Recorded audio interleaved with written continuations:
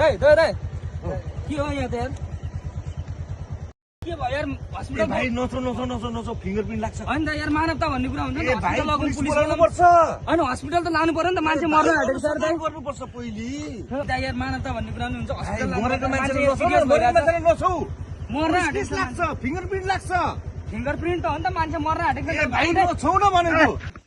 के हो यार भाइ तिमी के भएको तिमीलाई के हो दाइ रक्सी खाएर नालीमा लड्न नि पाइँदैन के हो दाइ रक्सी खाएर नालीमा लड्न नि पाइँदैन